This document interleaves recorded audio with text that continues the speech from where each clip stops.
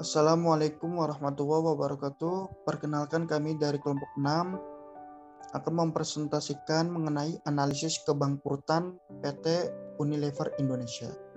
Untuk memenuhi tugas mata kuliah analisis laporan keuangan. Next.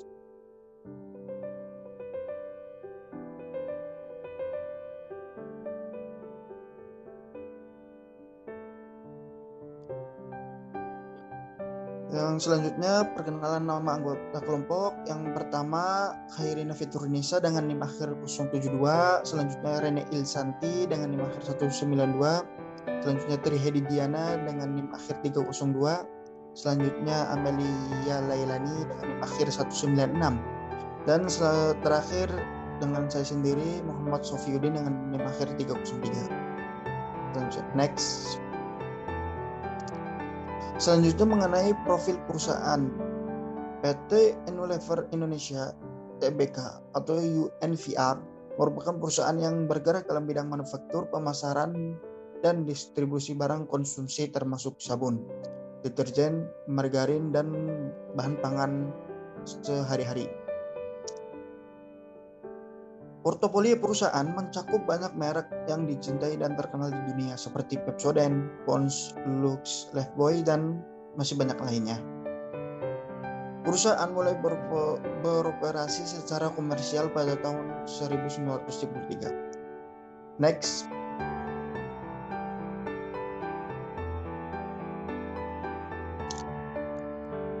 Selanjutnya, Unilever Indonesia Tbk atau UNVR didirikan pada tanggal 5 Desember 1973 dengan nama Lever Zeebruggen NV dan mulai beroperasi secara komersial pada tahun 1973 di kantor pusat Unilever beroperasi di Geraha Unilever BSD Grand Jalan BSD Boulevard Barat BSD Tangerang yang ada di Tangerang, Indonesia.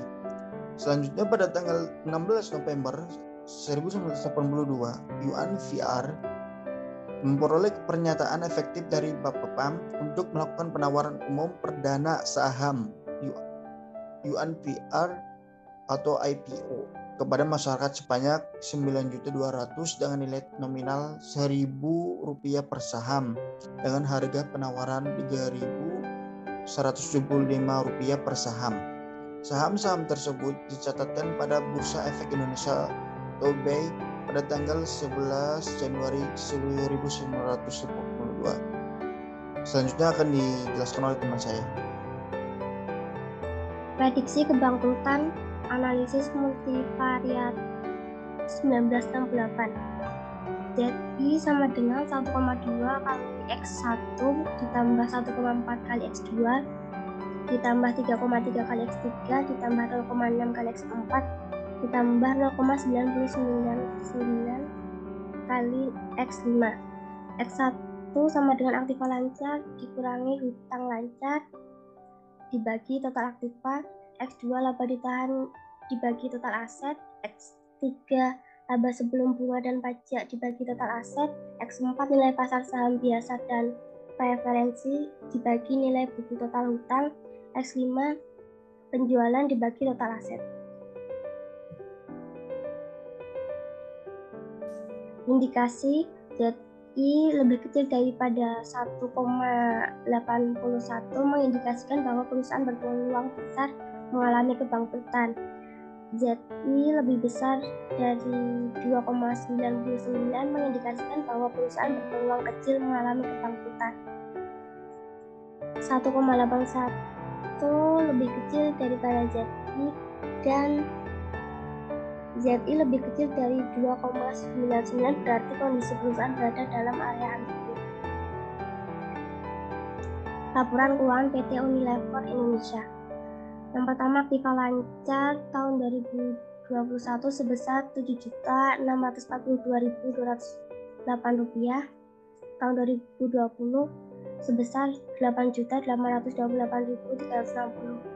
Pasifa lancar tahun 2021 sebesar Rp12.445.152.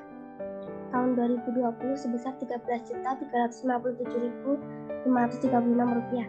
Total aset pada 2021 sebesar Rp18.903.051. Tahun 2020 sebesar Rp20.416.566. Laba ditahan pada 2021 sebesar Rp4.448.969. Pada 2020 sebesar Rp4.765.068. EBIT pada 2021 sebesar Rp8.756.359. Pada 2020 sebesar Rp10.554.448. Nilai pasar saham pada 2021 sebesar Rp76.300. Pada 2020 juga Rp76.300. Nilai buku total hutang pada 2021 sebesar Rp14.747.263. Pada 2020 sebesar Rp15.597.264. Penjualan pada 2021 sebesar Rp39.559.959. Pada 2020 sebesar Rp42.972.474.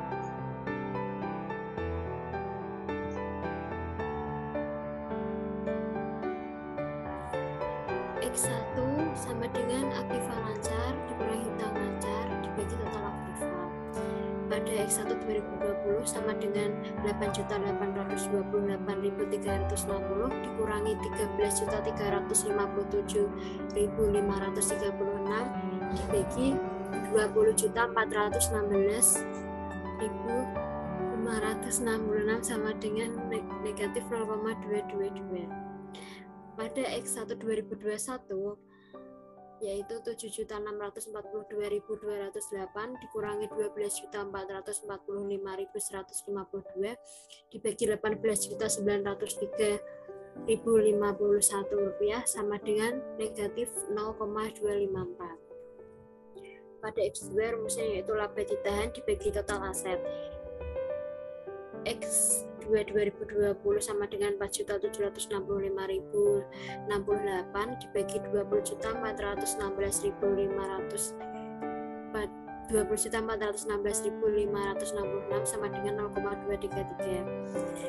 X2 2021 sama dengan 4.148.969 dibagi 18.903.051 rupiah sama dengan 0,219.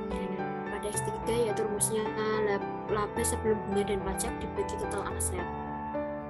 X3 2020 sama dengan 10.554.448 dibagi 20.416.566 sama dengan 0,517. X3 2021 sama dengan 8.756.359 dibagi 18.903.051 sama dengan 0,463.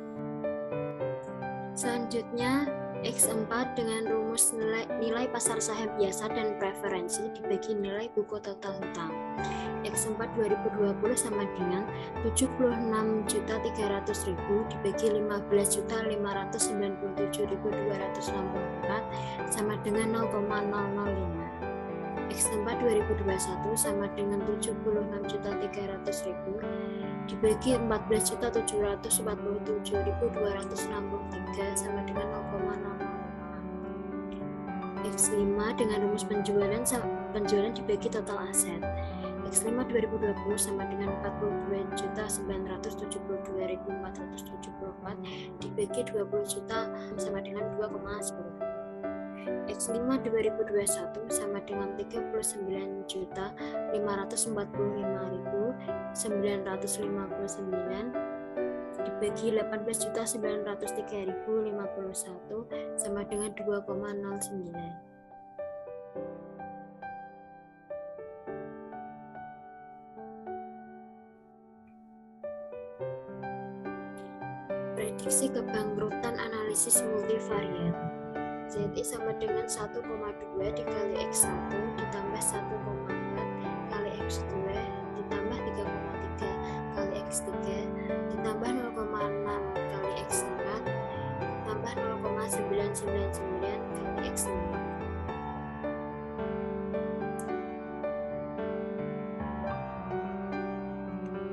Z2020 mencarinya sama dengan 1,2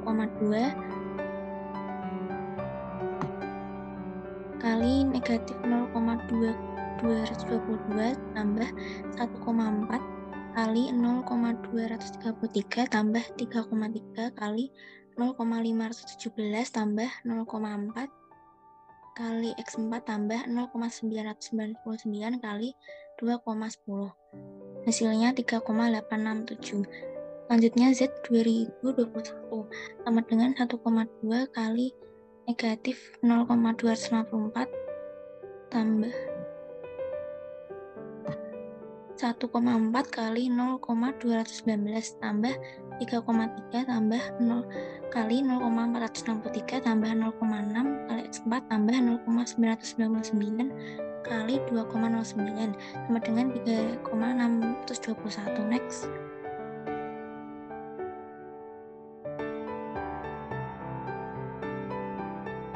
Dari hasil tersebut jadi mengindikasikan bahwa perusahaan berpeluang kecil mengalami kebangkrutan. Next.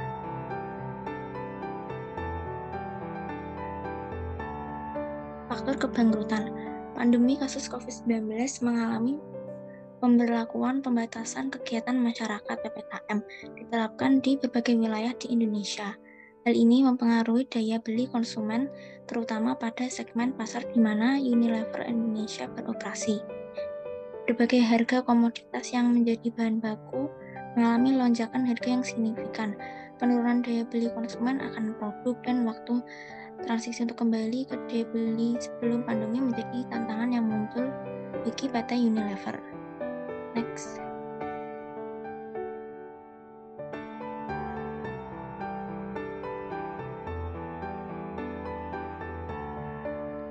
Tim Unilever Indonesia menekankan pentingnya menguatkan fundamental bisnis yang berfokus pada 3 pilar, yaitu memperkuat fondasi distributive trade, membangun kekuatan di kanal modern trade dan e-commerce, dan meningkatkan investasi serta kekuatan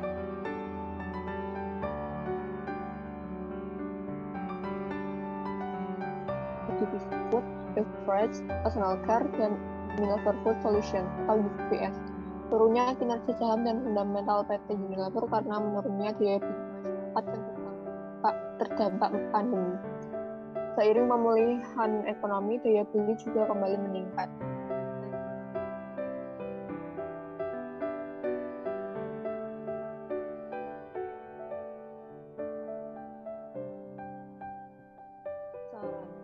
Manajemen PT Unilever telah menyiapkan 5 strategi prioritas di tahun 2022.